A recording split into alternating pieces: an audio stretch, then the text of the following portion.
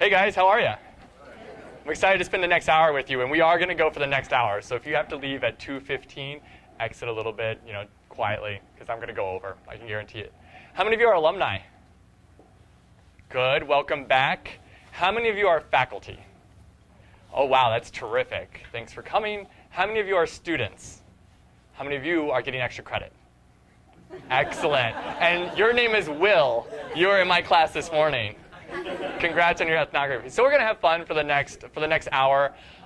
Really informal. The topic can be a little bit heavy, but ultimately the goal here is to kind of inspire and explore, not to pontificate, not to have any kind of huge monologue, just some things that I want to talk about with you guys, all right? So if you have questions, shout out.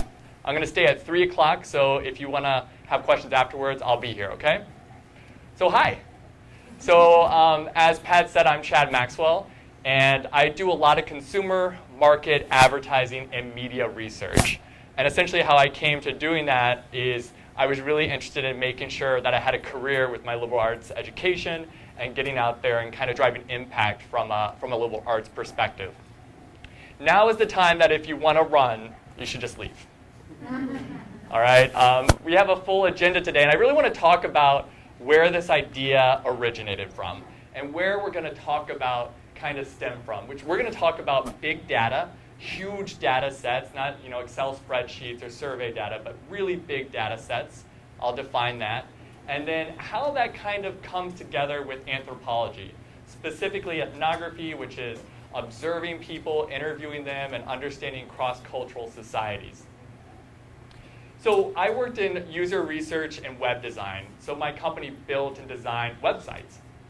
And I would interview people and say, Christina, how do you use the website? What's going well for you? What are the pain points? How do you want to shop for books online? What's not working about Amazon.com, etc.? And that was working really well for a while. But then what happened is you had back-end technologies that would just automatically track what you do. It would say, hey, you're checking out. Hey, you have an item in your cart that you didn't buy. Hey, I saw you arrive from Google.com and not Yahoo.com. So suddenly my little interview wasn't as meaningful. And it was really competitive because those techniques were a little bit cheaper, they were a little bit quicker than traditional ethnography, etc. So I decided to learn some of those methods, but kind of came to this realization that they work better together. And that's what we're going to talk about. How do we merge big data plus anthropology for better understanding? How are we going to do that? I'm going to tell you about big data. How many of you know about big data or heard it before? It's good. Don't be shy. That means we need to talk more about it. That's what I just learned. And then we're going to talk about some cultural considerations when we're thinking about big data. And then I'm really interested in talking about anthropology's contribution, right? How can we, or collectively with the humanities and liberal arts and sciences, work with more passive data collection? So this is awful, right? We're going to talk about it, don't worry. Let's figure out what big data is. This is really super important. So in the past, we've been able to have spreadsheets. We've been able to have survey data, field notes, different kinds of bodies of data. But a lot of that has all been very linear. It goes very serially, chronologically over time. We've had very specific collection, right? I'm going to interview this person at this time. I'm going to have these people take this survey, and this is why. Very specific. And it's been general in collection as well, and then active. I'm soliciting the data from you. I'm asking you questions. You are giving it back to me. I am observing. You are giving data back to me. It's very kind of one-way-ish sometimes, except in some of the interviews where it's still two ways, but it's active collection. I'm going and getting it. And it's kind of an either-or game to some degree, qualitative or quantitative. Sometimes advanced kind of researchers can blend them together, but oftentimes in industry, it's an either-or game. And then finally, the data sets are all very separate. Big data is changing that. So there's a huge amount of data that comes together, and it comes together passively. So what does that mean? It means that when you are browsing the internet, when you are shopping, that I'm collecting that data and you don't know it. I'll give you an example that we talked about this morning. God got nervous. You guys look really intense. Some of you are as hot as I am, thank God. So we were talking about the Microsoft example this morning. Microsoft built a trial store where when you go into the store and walk around, it's following your footsteps. There's sensors in the floor. It's watching your face, so it knows who you are specifically, so it follows you around the store. When you're looking at content on the shelves or engaging in a touch screen, it's reading your retina to see if it's getting bigger or smaller for engagement. Your blood pressure and heartbeat is being monitored to see how excited you are by the content, how engaged you are with it.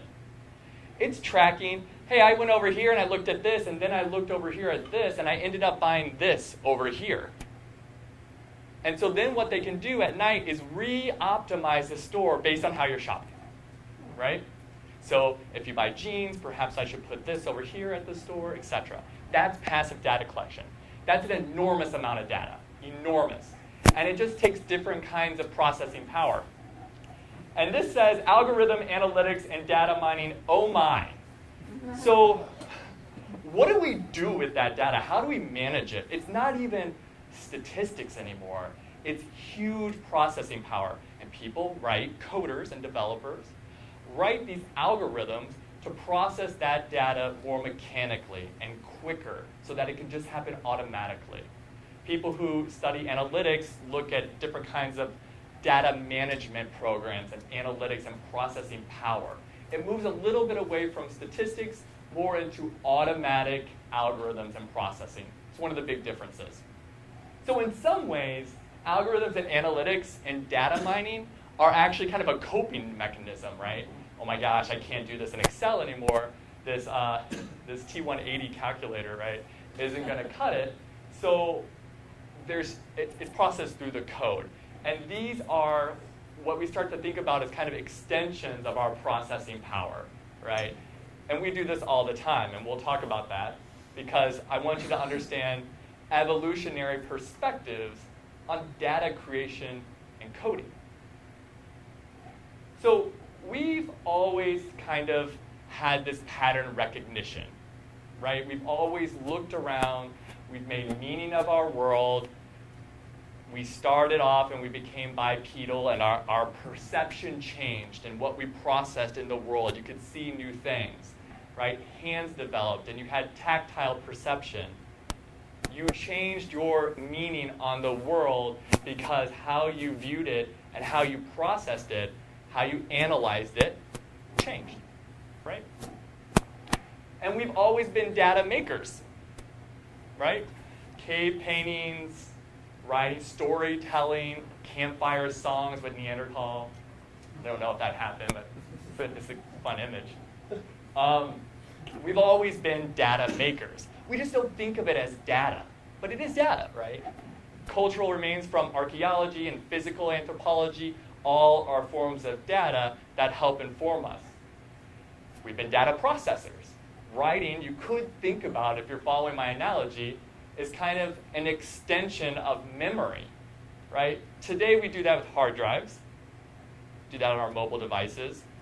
Yesterday we've done it with cuneiform, right? One of the original forms of writing. So it's a natural extension, as we think about it, of data processing and data management and data creation. The tools are the only things that are changing. The size and the speed, as well as the involvement and engagement from actual people, right? Does that make sense to everyone? Are we good on big data? We're good on kind of the evolutionary parallel? It's very important, right, Dr. Gearhart, that we get evolution in four-field anthro in? So check, evolution. So this is extended in new ways, right? These are Google Glass. How many of you know about these? That's good, better than big data. So, when we think about processing our world and perception and how it changes, this is just another perception tool, right? This is a data management tool. Yes, it's great. It's made by Google. It's fashionably questionable. But it does act as, just like cuneiform acted as an extension of memory, this acts as an extension of processing. This isn't that much different than 3D glasses, right? Or even normal glasses. It's just a different data input and a different data tool. So suddenly your eyes aren't just perceiving, and you're making meaning of the world yourself, right? Through your eyes and your brain. Suddenly, Google says, hey, I'm going to help you make meaning of your world. In fact, when I look at this street, you're going to see Zagat ratings for these restaurants. You don't have to ask a friend. You don't have to think about it. It's 4 stars. We're good. Right? So it's doing some of the thinking and the processing and the interpretation for you. But the tricky part is, who gets to make those decisions about what you see?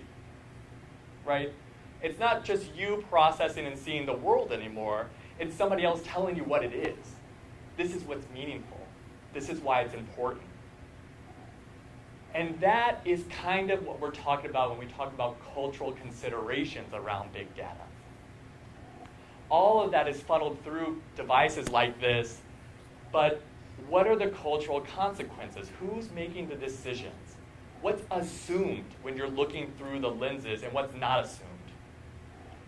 The really important part about this is it's happening all the time, just not with Google Glass, right? Think about your mobile phone, right? You can hold it up like this now and almost have, there's a program called AR, and I can hold it up like this, and it recognizes what it sees and starts playing movie clips from it. So you can go around Chicago and be like, okay, that's Batman, because Batman was filmed there, right? Can other people think of extensions of pattern recognitions that they have? What else is helping you make meaning of the world? Google Maps, absolutely. Absolutely. Different forms in terms of closed camera television circuits also are processing data and feeding back and changing the way, for example, airport flow happens. So it's actually kind of corralling you in different ways because it sees the movement of the people. Again, more passive and not as active interpretation, but still another form of kind of world intervention through data. So cool, remember this, because we're going to talk more about this. If we want to get really technical, this is extra somatic pattern recognition. I just like to think of it as an extension of self, right? So we have this big data. We have these devices or situations or companies that are starting to make meaning in our world for us. We're kind of accepting that. We're kind of challenging it. But ultimately, it brings about some big things that we need to consider altogether. One of them is big data's redefining knowledge in big ways. We're going to do that a lot. And part of this is because it tells you what's important, right? When you do your Google search query, you see a lot of information, but what's at the top is most important. How do you screen those, right? When you start looking at Google Maps, I love your example, right? So my company buys data on that to show you the hotel I want to sponsor. It's telling you that that hotel is the most important one, even though, I have no idea, even though it only serves French cuisine and you like Spanish cuisine. But the point is that it's redefining in terms of what's important to whom, when, and why. The other thing is with this knowledge piece, we talk about automatic decision making, automatic meaning making. This is making those meanings for you in a mechanized and automatic way. So in some ways, you kind of start to think about it, and it makes us all a little bit more similar, kind of homogeneous, right? How do you maintain individuality when it's kind of telling what everyone should be to some degree? Does anyone think of other examples how big data might be redefining knowledge?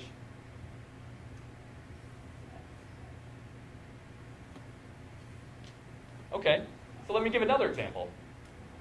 Chris Anderson in Wired wrote that big data is essentially challenging the notion of science itself, right?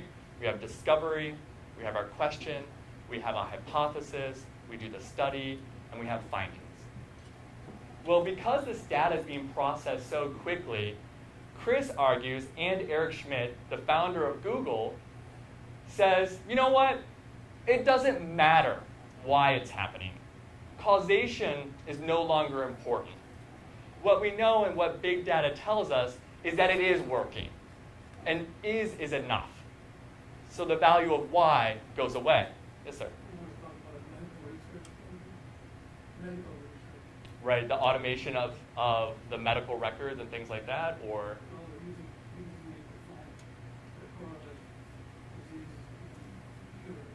Yeah, and I think that I don't have a specific example about that. John? Yes? John had a question about medical records and medical research and finding relationships between disease and behaviors. Is that right? Lots of data available. I would argue that the way you have to go about doing that is through the framework of current understanding. And a lot of times what we do, especially in marketing, which I'm biased, as is Pat, by the way, it just is kind of like throwing it into a big spreadsheet and saying, okay, what's relating? This seems important. It's connecting to this. But the reason why it's happening can be missing quite a bit, right? Right. And that's where anthropology comes into play, right? And we'll talk about that. It's context. So how do we understand the behaviors between the people and their actions behaviorally for health or influences around the behavior that may be causing disease states, right? Genetics, great, but there's still a huge part of that that's behavioral that needs to be captured through observation, through survey, through traditional research methods like ethnography. And you're at a university, so that must be the scientific method, like what wire piece. Oh yeah. Made. I mean, you will not get any traction at a university. I totally agree. Yeah. There's that stage of the scientific method, the testing of the theories. You can have a lot of data. You can calculate correlation coefficients. You can slice and splice data in 10,000 different ways. But then you have to figure out which one is working better. Absolutely. So at some point, you need to have that testing. And then at some point, you need to do some sort of judgment. You figure out which strategy you're going to follow. Yep. So data by itself, that's I think the criticism of the wire piece. Data by itself is not going to be able to tell you what's what and what's working until you actually make a decision and test if the change in your behavior is actually having an impact on the outcome of the measure. Absolutely. So, I mean, what you're really getting at there is making sure you're asking the right question of the data, actually testing a hypothesis that's realistic within it, and just not looking for correlation. I completely agree, and that's part of the challenge with algorithms and big data in itself, that it's kind of auto-processing, right? And so to me, the human element within that, of looking at that, making judgments, which is a huge kind of piece that machines aren't there yet, is enormous value. I would completely argue that you're absolutely right. By the way, I think the Chris Anderson article is wrong. It was ludicrous. I'm not citing that as like, it's awesome, right? But sometimes the human element can be misleading. I mean, one possibility of large data sets being combined is that non-intuitive insights can emerge. The correlations that you, as an intuitive hypothesis builder, might not have expected suddenly emerge from data patterns, and that gives the researcher something else to look at. Now I've seen a correlation that I wouldn't have hypothesized.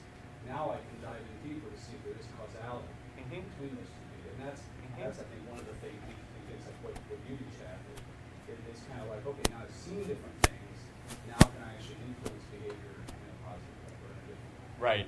And I think the other piece of that is, that kind of insight popping when you're looking at a big data spreadsheet actually can lead to other hypotheses that can be pursued, right? There is kind of that, hey, this came to the surface, right? And then there's the, what do we do with that? And is that actually something that we can act on, or that's something that needs further research? It works both ways, right? And we'll show some of that collaboration. But back to your point about the academy, I know a lot of people doing great work with Twitter and the Twitter stream of data. And we'll talk a little bit about an example, but I'll bring it up now.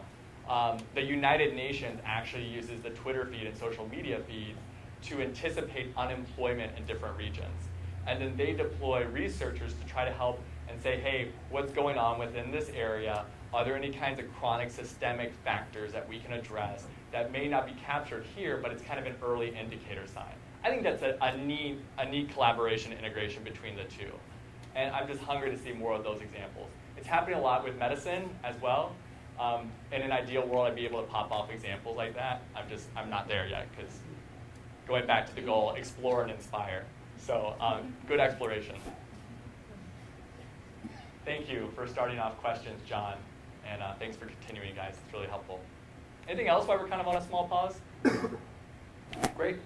So redefining knowledge and what's important. The other thing that I think, this is big, and this gets to your point, actually. Big data is not knowledge, right? Knowledge comes from interpretation. Knowledge comes from judgment. Knowledge comes from hypothesis. Otherwise, it's kind of just looking at the encyclopedia without any kind of structure to it. And the other thing is, and I had to get Margaret Mead in here, which data with analysis is worse than useless, right? And we see a lot of that with big data. Like, we just collect everything we can all the time because we need to get it. I don't know what we're going to do with it, but we need to get it right now. More is better, right? So this is huge for me. What's your name? Diego. This is huge for me in the fact that I think it is sold as knowledge, and fundamentally it's data and still takes people. So the other piece is transforming relationships, and I think from an anthropological standpoint, relationships are so important and a huge part of our craft that looking at the relationships not only with one another but with technology, there's kind of this new piece that's coming, which is relationship between technology and technology. Backing up, we're going to get to Furby. We have this interesting relationship with Google. Some would say codependent, whatever you want to say. We have a really, really strong relationship with our mobile devices, right? It's very interesting in American culture. Just looking around, people are walking with it. I just passed a gentleman in the hallway who ran me down in the door because he was on his mobile and iPod at the same time. In Chicago, we ride the train. It's fascinating just watching people and watching their screens and what they're doing. When you go, I was just in Spain and London and had a recent trip to Japan. I don't see that. So what's going on in American culture with the relationship with technology that's different than other cultures? And what can we understand with the relationship with technology in a cross-cultural perspective? Because that technology, like the Google glasses, is producing knowledge, producing data, and that's being used in different ways. This is such a normal example, but Facebook is really changing our relationship structure. How many of you get those happy birthday notices on Facebook? Like, oh, happy birthday. It's great. Saw it on Facebook. Right? There used to be something significant and weighty and meaningful about knowing your birthday, remembering your birthday, sending a Hallmark card on your birthday. In my opinion, I don't feel like that has the same weight as my Facebook message. I still want my Hallmark card. And so it's changing the nature of the relationship with one another. I'm not saying it's good or bad. That case is a little bit sad to me. But in the same regard, you're having more frequent communication. But how is the communication content changing? And what does that say about the changing nature of the relationship itself? It's this concept of it comes from a book, I can't remember the author, but it's called Bowling Together Alone, right? It's that moment where you're sitting around the table, everyone has their phone out, and you realize you're not talking. The number of, how many of you have kids? And they text message and tweet to themselves in the same room, right? So the relationships with one another are changing because of technology, and they're changing because of the way big data enables the communication preemptively with one another at times too. Anyone else have other examples how technology is affecting relationships? Yeah, thank you. Somebody recently sent me an email that said, a nation that is focused on technology is a nation of idiots. And this was a quote from Albert Einstein. Wow. I'm just sending that by email. I'm going to add that to my lecture. Thank you. It's true, right? There's another quote at the end that I think is right with, which is, a fool with a tool is still a fool. And there's something to be said about that with big data.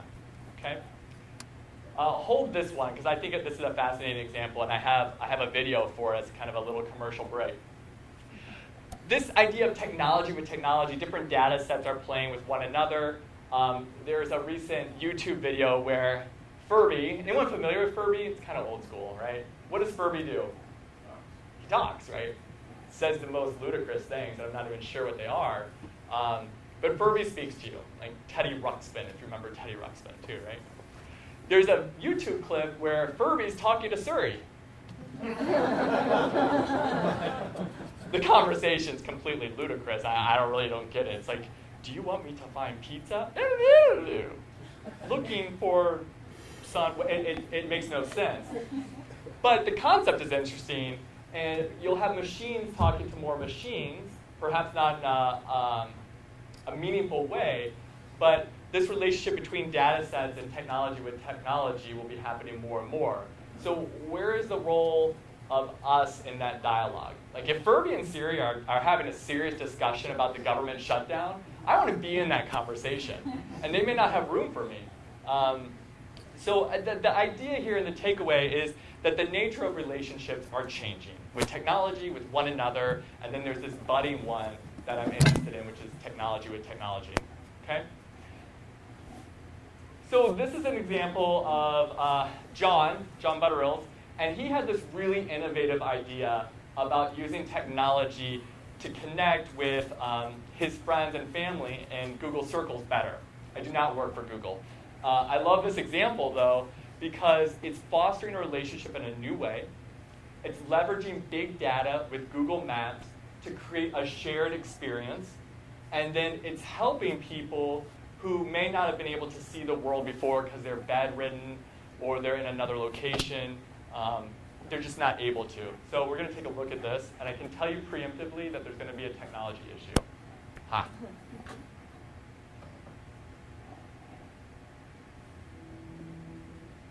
Freedom for me has always just been going for a walk in the woods, finding the perfect light, and getting the shot. I think I started when I was 12 years old, putting that canoe on my shoulders, carrying it down to the lake, and going to the paddle. John Butterill was a real photographer. His epic canoe trip, 1969. That was a long time ago. One day, I was out taking pictures, and I thought, how cool would it be to attach a phone to your camera and hang out with 5-10 people, and they would see exactly what I was seeing through the viewfinder of my camera. It was pretty amazing. And the next day, Corey Fisk came into the hangout. I love photography, and I have been living with MS 10 years, and this is my world. There is nothing more to my world than that. I just said, tomorrow, I'll take you for a walk. I'm going to walk closer to that old tree over there. Down a little, Okay? a little more, right there. Lovely. Look up. Look way up. Oh, I like that a lot. Yeah, macro that one. For a few brief minutes, she wasn't going to be in that bed. She was going to experience her own momentary escape. She was on a virtual photo walk, and we didn't even know what one was then, but we were sure doing it. The next day, we posted the video. People saw it and started sharing it, and photographers all over the world jumped on board. So we're bringing lots of people around and giving them a Hawaii view here. Oh, yes, we have the detail. Look at this. Oh my goodness. A beautiful Cape Town, a couple of buffalo. This is Utah Lake. I'll be emailing you photos soon. I never anticipated that so many photographers would give their time and feel so committed.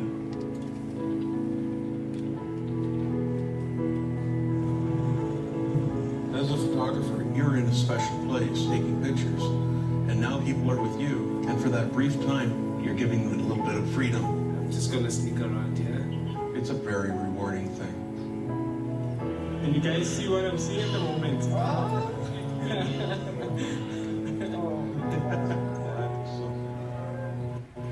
How cool is that? April, did you get teary? I did too.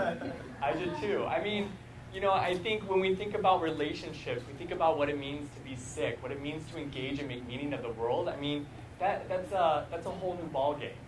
And I think there's a huge role for anthropologists to understand what that means and how does that change the relationship and how does it enable it in new ways. And I absolutely think it's magical. So I have some others like that we're gonna look at, but not right now, because we're gonna move on. And my mouse, there we go. So the other piece, and we've hinted at this quite a bit, so we can zoom through it, is big data creates this idea of the haves and the have-nots, right? So who has access to your data to use it? Corporations. I know this always comes up, and being in advertising, I just feel like people are glaring at me. If you want to play that game, how about the NSA? Heard they're doing some crazy stuff, right? That's kind of a corporation, but the thought is who has access to your data, who does what with it, who creates the algorithms, the processors behind it, and what is that assuming? And we talked about that. So we talked about access, we talked about governance, rules, who's creating the databases is another piece, and then who has the ethics around privacy and is making the judgments in a meaningful way, in a correct way. And what is correct when you have that much data on it? How many of you are comfortable with the Microsoft concept store that was out there? Right? You are? That's great. Yeah, and there's high variation. April? Well, I know, I just said I get it, but right, there's a very fine line between what's acceptable and what's not acceptable. Who makes the line? Is it the coders? If anybody owns an AT&T smartphone, it was 3 months ago, we sent a letter, a privacy letter. You had to go online and deactivate joining. Otherwise, your phone will track you every time you walk by a store. You don't have to keep it on. You don't have to be calling anybody. Just because you own an AT&T phone, you will be collecting data. And that's called geofencing. And they're doing that because the people that are sending that, they're subsidizing AT&T, right? Is what's happening. They're just making another revenue stream. Yes, ma'am. The same thing going on from that is something similar to iPads, except in New York. An artist actually hacked into that and put something on it so it would flash a light every time you registered something, like a GPS, and it was happening all across the highway, places where he was nowhere near full production, just because they were doing the same exact thing with it, just using that and they send that to places like Google and everything to track traffic. So it's completely logical and understandable, but at the same point, happening without even knowing if your location is being tracked. So yes, thank you for that. Thank you, Diego, again. Where that's going and who's processing that's kind of my question, right? And we don't always know. And that's kind of the point, right? Big unknowns here. The other piece is data as currency. So, the Experian data, which monitors all your credit reporting, where you spend money, etc. We'll take a look at an example, but there's access to all that. You can buy it anonymized. You can buy your household TV data. MasterCard has an agreement with what's called set-top box data, which is each of the shows you watch is recorded through your cable cord. We can buy that from the cable supplier, and then it matches it with household spending patterns from a variety of sources, right? It's all anonymized. That's great, but that doesn't mean you can't inference things. So I think the line is important. The currency, meaning systems of power, systems of monetization around that, need to be considered. There's another movement too that if you own your data, so you're Pat Palmer's wife, right? What's your name? Laura. Supposed to be talking directly to you, Pat told me. So Laura, you can take all your data and people will start owning their data and then they can sell it back, right? So, and Rebecca, this one specifically for you, there is a company that was recently bought and how they get data for exposure to out-of-home advertising like billboards or information about consumption of different media or product use in developing nations, they're paying for their cell phone bill. So they can intercept them with a cell phone survey on SMS, and then you get that data back plus their GPS data. So if you opt in, I pay your cell phone bill, but you give me access to your data. It's an exchange of data for money. This happens all the time. Cool. 2 other examples real quick. We'll zoom through these. Anyone know these people? He was in LaSalle County, he was Googling backpack. She was Googling pressure cooker. And this happened next. Right, yeah, and bomb building materials. So where did that data go? Government, NSA, Snowden. There's this whole bucket, but this makes it very real, right, in terms of how it impacts your life. I do not suggest going home and trying that. The other example that I love is Target. Have anyone of you heard of the Target example? So just real quick, some of you have, some of you haven't. Target can tell by what you're browsing online for Target, what you're shopping for in store with like your Target rewards card, and it can anticipate if you're pregnant. So you buy this unscented lotion, you're browsing cribs, but you're not buying them, but I know you're Sally Sue. And Sally Sue, I also see that last week you bought this prenatal vitamin. We're 96% confident you're pregnant. So me as Target, I say, great, she is a new customer, and people who are about to have babies, they spend a lot of money on stuff, which is true. The only other people that spend more money are people who recently got married. So I start sending you flyers with a whole bunch of baby stuff. Maybe a note that says, congratulations, you're pregnant. Well, this happened, right? And this Sally Sue's dad, I don't know her name, sorry. Sally Sue's dad found it. And he freaked out and went to Target naturally. He was like, why are you sending my daughter pregnancy stuff? Why are you doing this? Why are you doing that? It's inappropriate. And then she told her dad, hey, I'm pregnant. Right?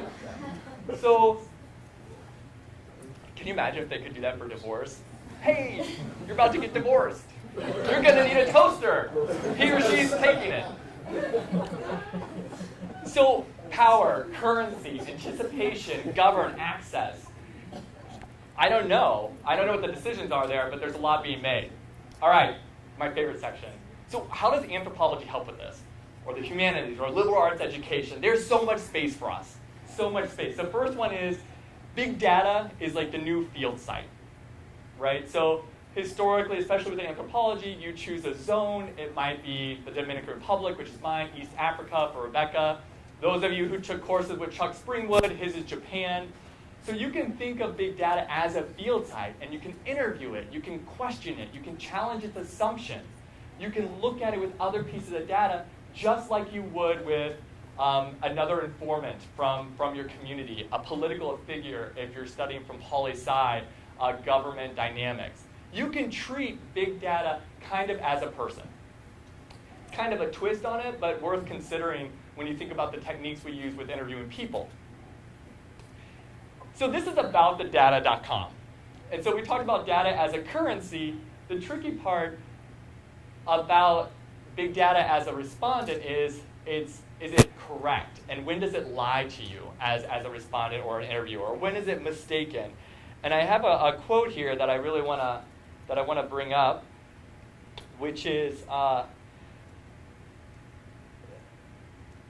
lied. I don't. So the point is with this is, if you treat it like a field site and you interview it, when is it incorrect? So this is mine. AboutTheData.com says, hey, you know what? I, as a marketing agency, I'm going to give you access to your data that I'm making decisions about you on. And you can go in and take a look at it and see if you're comfortable with it. You guys can all do this. This is mine. This is where I live if you want to stop me. But what it does is say, here's all the data we're collecting on you. Take a look at it. So this is characteristics data, like demographics, etc. Home data, household vehicle data, household economic data, household purchase data, and household interest. So to give you an example, when I go into characteristics, I'm a black Republican who's about 51, is what this data says. That's not right on many fronts. My home only has about $100 to $100 in equity. It's also a big problem. My purchase history was all wrong. The point is that when you treat big data as a field site or an informant, you start to be able to say, what are the implications for what you're telling me? What is truth? What is not? How do I relate that to other data sets? and you can explore that. So take a look at aboutthedata.com, and part of that gets back to data currency, right? What are you willing to share? What are you not willing to share? How much is your data worth? So Diego, you can opt out of this, and you can go online, but to opt out of any kind of non-digital tracking, you have to print off a form, write it out, and then send it in snail mail. How many people how many are opting out? Of the people that have gone on to this, and it's in the millions now, the last figure I heard was only 3% had opted out, and 30% updated their information to make it more accurate. Which helps me, right? But it's like, oh, that's all wrong. I gotta fix it. People just don't know because you have this legal form, and it's crazy. This is enhancing anthropology with big data. So this is from the MIT Media Lab. This is one of my hands-down favorite examples ever. Do you know it? I don't know the example. Okay. So Deb Roy did this amazing experiment. Everyone in this room may not know, but there's 4 fields of anthropology, and one of them is linguistic anthropology. What does cross-cultural language learning look like? How do babies learn language? How does slang develop? Are there gender differences within language? Great questions. So Deb was really interested in kind of what he called the birth of a word. He put cameras in every room of his house for 3 years and recorded over 90,000 hours of video. He did video and audio analytics to understand the interactions between 2 people over time. Time is the x-axis, and y is the amount of interaction. He looked at the sound interactions by room, by intensity, and then he mapped the interactions in each room and the contact points, as well as the people, the sounds, the actors, everything. Space, time, interaction, sounds. 90,000 hours of audio, 140,000 hours of video. Processed with big data techniques, and here's my mouse. And then he came out and said, hey, here's what the birth of a word looks like.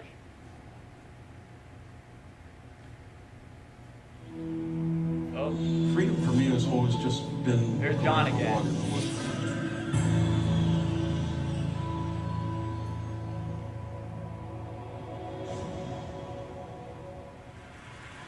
Sponsored by Delta, that's good. The blossoming of a speech form. My son, soon after his first birthday, would say gaga to mean water. And over the course of the next half year, he slowly learned to approximate the proper adult form, water. So we're going to cruise through half a year in about 40 seconds. No video here, so you can focus on the sound, the acoustics of a new kind of trajectory. Gaga to water.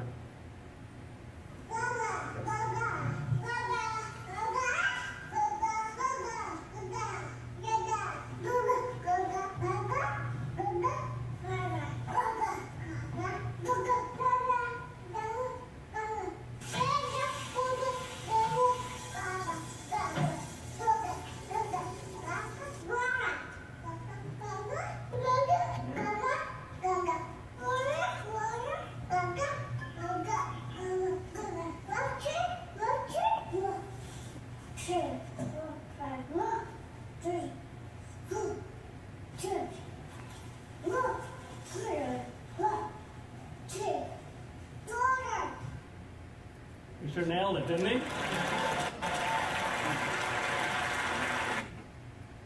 Kind of cool, huh?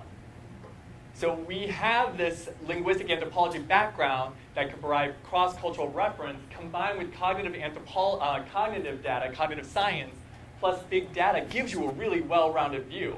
I don't know about you, I've never seen the evolution of a word like that. So fantastic. We talked about treating big data as an informant. Genevieve Bell is a great researcher at the Intel People and Practices group, and she personified data, saying, data loves a good relationship. Data is crazy, it's feral. Data likes to look good, right? And there is truth in that because you want good data. But the point is, it's just like you can treat big data as a field site, an area of inquiry and checking for judgments and assumptions. You can also personify it in such a way to make it more real to the public. And we have a responsibility to do that so we don't have things like the Microsoft Store or your AT&T piece or your red GPS stuff. So the other piece is big data needs big context, and this is huge for us. When you think about what happens around technology, or you look at all the correlations without any causations, and you just make assumptions about it, you don't really know what the peripheral variables are. So if you've done LinkedIn, or you've done any kind of social network stuff on social media, you can see all your connections, but you don't know how you're connected. You don't know, like, I have a really good relationship with Carmela, but you know, April, because of homecoming, we're kind of on the outs. But the point is that that context is really important, and that's where anthropology and the other humanities can play. What are the other variables? This data probably means nothing to you, right? There's no context. It's just like a bunch of charts. The piece about this that I want to show you is Franz, while on this study, decided that, you know, this chart didn't do anything for people in communicating the big data that he had collected. He had decided whenever he presents this information, he's going to do it via video. And you'll see why. I'm getting grape and you will see what happens. So she gives a rock to us, that's the task. And we give her a piece of cucumber and she eats it.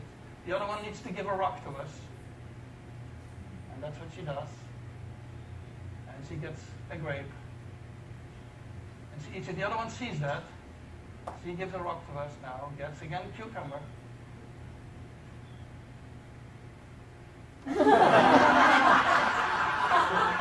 This is what the chart said.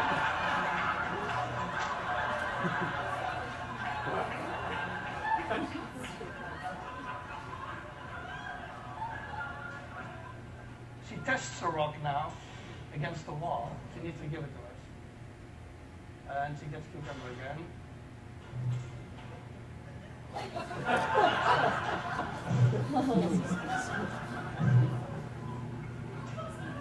So the point with that, which is also comical, is that this is saying that. And big data does this all the time, right? You can pull all the code, all the ones and zeros, if you want. But at the end of the day, it surely doesn't tell you that. And that's context, right? That's about fairness, about reciprocity of a grape versus a cucumber. We do the same thing with our culture. The last one I want to bring up, and I know we're getting close on time. Some of you look a little restless. Just stay with me for a moment. Grief and mourning is a cultural phenomenon. How you deal with grief, how you deal with mourning, how you deal with death. Anthropology has a strong background with that. I remember rituals and music of death, something like that, that we had in cross-cultural anthropology. But the thing is that internet, Facebook, mobile phones is making that different. So I'm friends with 7 people that have passed away. When I see them come up in my newsfeed because someone's saying rip on it, it's very weird, right? Are you seeing a ghost? Are you still having a relationship? How do I deal with that in my mourning process? I had a friend who imported her mobile phone numbers into a new phone, and her dad had passed away that year, and his phone number came back up in it just because of the data connection. We have an accountability to big data, to our culture, to understand how those are changing basic rituals, basic cultural and human understanding around things like grief and mourning. Someone made a comment, and it's kind of funny and kind of sick at the same time, but I'm going to share it. Is like, do you create a Google Plus circle for people who have passed? You know, what do you do? Is that kind of a form of cemetery? I don't know, but it needs more anthropological research. It needs more cross-cultural understanding, because that can help dealing with the passing of people, friends, and family. So there's a lot of work to be done, a lot of research. Those of you who are liberal arts and sciences major, or even business major, everything we've talked about is applicable to you. There's tons of research opportunities. There's tons of things to be studied. And as people who live in our society, tons of things to consider as you interact with big data items or items that may be producing data. So thank you. I'll stay after.